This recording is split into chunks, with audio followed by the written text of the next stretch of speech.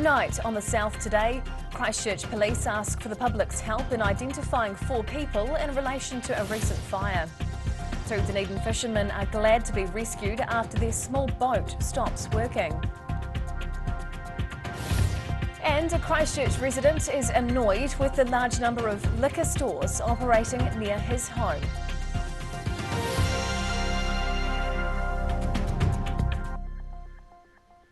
Kia ora, good evening. I'm Hannah Wilkins.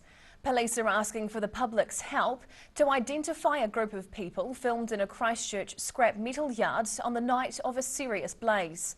Security camera footage has been released, which shows 4 individuals near a shipping container shortly before the fire began in Woolston.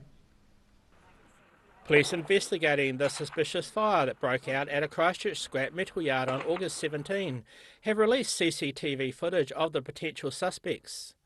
The footage shows a group of 4 people at the National Steel Limited site on Garlands Road around the time of the blaze. Significant resources were needed by Fire and Emergency New Zealand to get the large blaze under control. Police say they are treating the incident as extremely serious.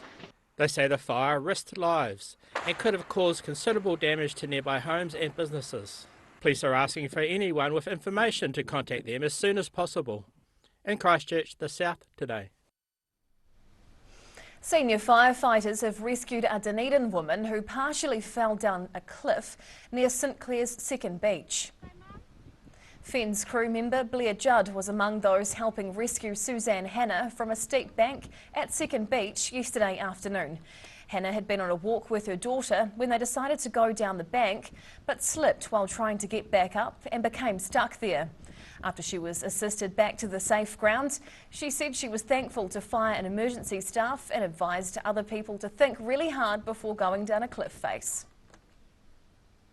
Meanwhile, 2 young men stranded in a boat 5 kilometres offshore from Taieri Mouth were rescued thanks to a bit of ingenuity.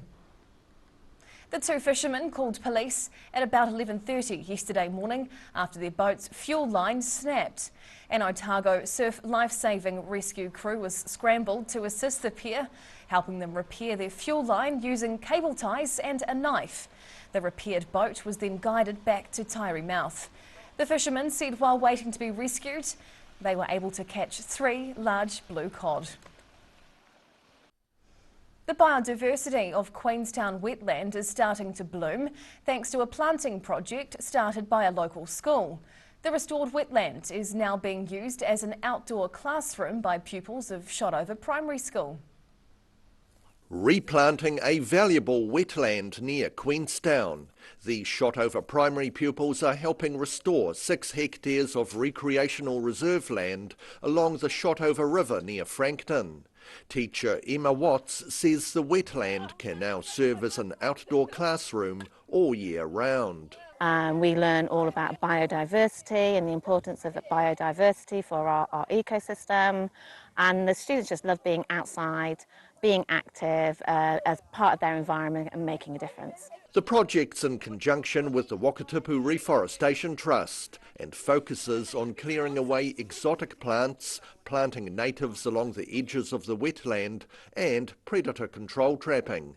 Nearby Queenstown Airport has also got on board to help return the area to its natural state.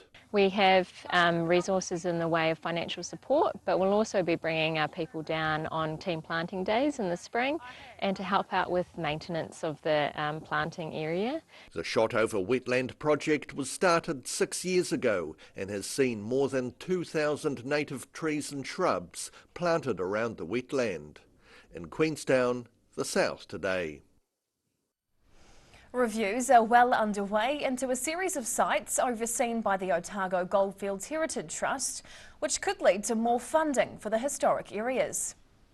Student archaeologists are getting hands-on experience as they look over significant former gold mining sites around Miller's Flat in central Otago. Absolute Archaeology Director Shah Bryden has been leading the team of volunteers as they work to upgrade site records held on the New Zealand Archaeological Association's website. So we're going to be recording sites that haven't been recorded before as well. The local landowners, the OGHT are getting on board with a lot of those landowners to allow us access onto their properties. And that's a big thing with locals, to trust people to come on and do that. It's hoped being able to verify historical significance of sites could improve funding options for restoration projects and tourism opportunities. A Christchurch resident is campaigning to reduce the number of liquor outlets near his home. Paul McMahon believes alcohol is being sold too cheaply, causing harm to the more vulnerable members of his community. Liquor outlets are selling bargain basement booze as they compete for the local market, says Wilson resident Paul McMahon. They're selling products that are particularly harmful at particularly low prices.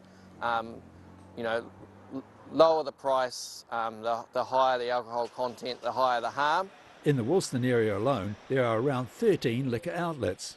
Quite common all around New Zealand for communities like ours, working class communities, to have more than their fair share. I really push back against the resignation that it has to be like this. McMahon's supporters are appealing a recent decision by the Alcohol Regulatory and Licensing Authority. We believe that the committee decided wrongly, and one of the major reasons for that is because the underlying licence has expired.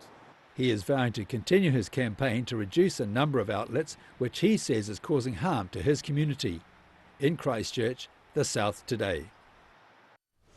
Whai Yakane, still to come on the South Today. A group of Dunedin schoolboy rugby players take to the skies, travelling in fine style to make it to a game. And whitebait season gets underway with near perfect conditions down south.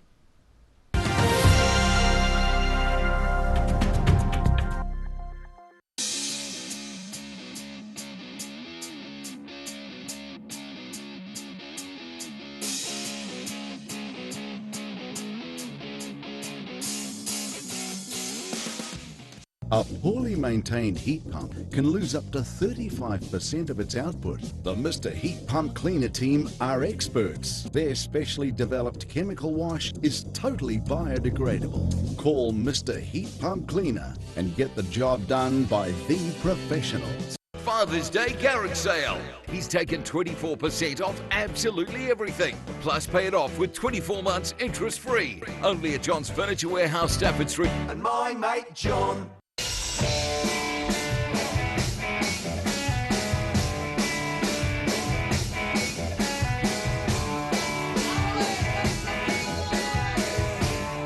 If you're at risk of developing melanoma skin cancer, you owe it to yourself to have a mole map.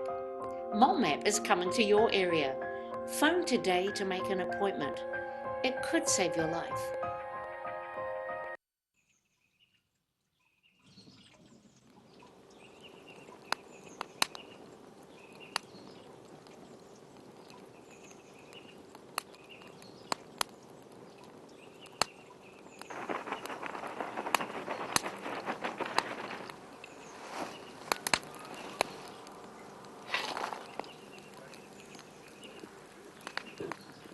Evening, I'm from the Parks Department. Have you got a permit for that fire?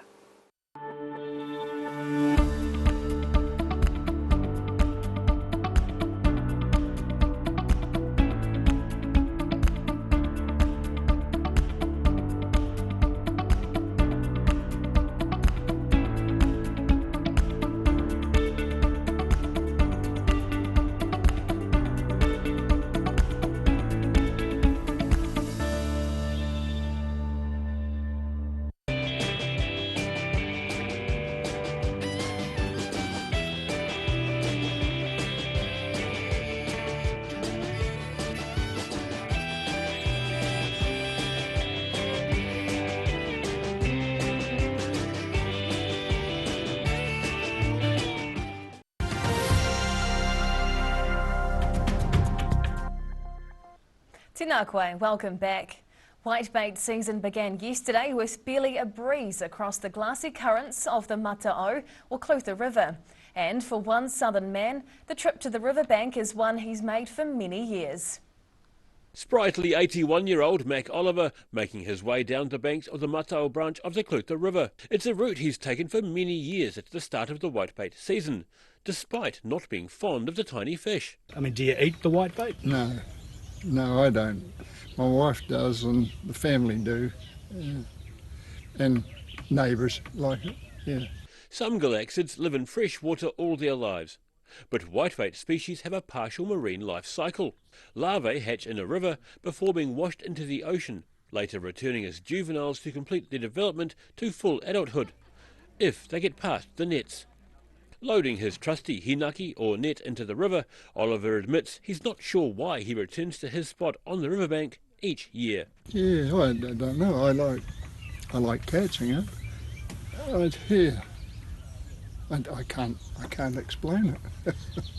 It's just something. And I think most people that come down Whitebait, they're probably the same. Mac Oliver's stand is a lean-to shelter on a tethered raft, with a rickety gangplank to a shed on the bank. The Department of Conservation has reduced the amount of time people are allowed to scoop up the tiny fish to 6 weeks, with the shorter season aimed at giving the threatened species time to recover. In Kaitangata, the South Today. Rugby balls were swapped for shovels as a trio of All Blacks joined with school students for some native gardening in Christchurch. Riccarton Bush is home to a heritage potocarp forest, and a fundraising campaign's been launched to improve the area. All Black and Crusaders lock Sam Whitelock, finding a good spot to plant a totara seedling. Students from nearby Riccarton High School joined in recently to help replant a section of native forest at Riccarton Bush. Awesome history with the Dean's family, especially with the rugby side of it. Whitelock was joined by All Black Highlanders, Ethan de Groot and Josh Dixon. The trio all swapping their rugby boots for gumboots as part of the All Blacks community outreach program. It's a bit of a helping hand, trying to make this bush as natural as we can and just sort of replace some of the bigger totara that we have lost. Riccarton Bush is a potocarp forest spanning 12 hectares, situated just 3 kilometres from Christchurch's city centre. The heritage site attracts more than 75,000 visitors each year. The Riccarton Bush Trust recently launched a $1 million fundraising campaign, which will allow them to upgrade infrastructure and the walking tracks and rejuvenate the bush back to its native state. Riccarton Bush is an absolute treasure for all of Christchurch. It's in the middle of the city. It's some of the trees here are up to 600 years old. He says it was a great educational experience for the students, with 17 new totara trees planted. In Christchurch, the South Today. The first 15 rugby team from a Dunedin high school have travelled in style to their next rugby game. These John McGlashan College pupils are scheduled to play against Nelson College this Saturday. But seats on Air New Zealand proved impossible to find, and a road trip would have taken several days there and back. The solution has been to charter a private plane for the team, thanks to local fundraising efforts. The community behind John McGlashan has been absolutely fantastic and got right in behind the team and have gone to work fundraising and brought it all together. The game against Nelson College is set to kick off just after midday tomorrow. And now recapping tonight's top stories on the South Today. Christchurch police are asking for the public's help in identifying 4 people in relation to a recent fire. 2 Dunedin fishermen are glad to be rescued after their small boat stopped working near Taieri Mouth. And a Christchurch resident is annoyed with the large number of liquor stores opening in his suburb of Woolston.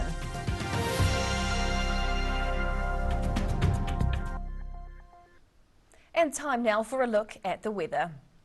The South Today weather, proudly brought to you by MoleMap, the skin cancer detection specialists.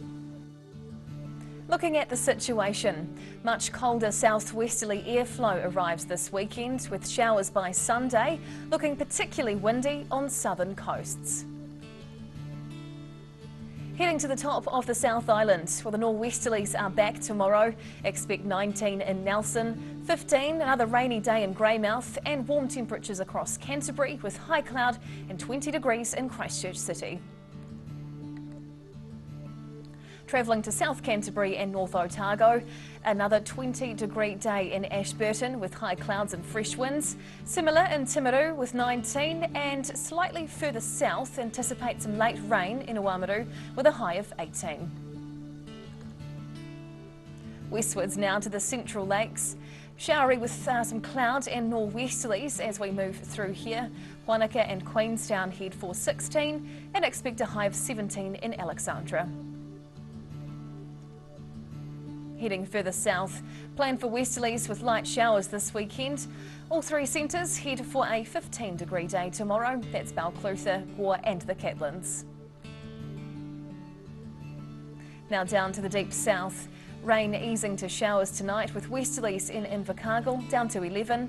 Cloud and rain tomorrow with gusty southwesterlies and a high of 15. And more of the same on Sunday, but it ramps up in the bad weather department to include hail and gale force winds in exposed places. The high 12 degrees. And lastly, heading to Dunedin. Nor'west winds tonight with a low of 10. Saturday starts fine with high cloud and northerlies, but will make way for southwesterlies and showers in the afternoon, up to 16. Father's Day, Sunday, brings more of those cold southwest winds and early showers, wrapping up the weekend with a high of 11 degrees. And that's the news this Friday. For the latest news and videos from the southern region, head online to odt.co.nz. And you can follow Channel 39 on YouTube to catch our news bulletins on demand. We'll see you again next week. Mā te wā.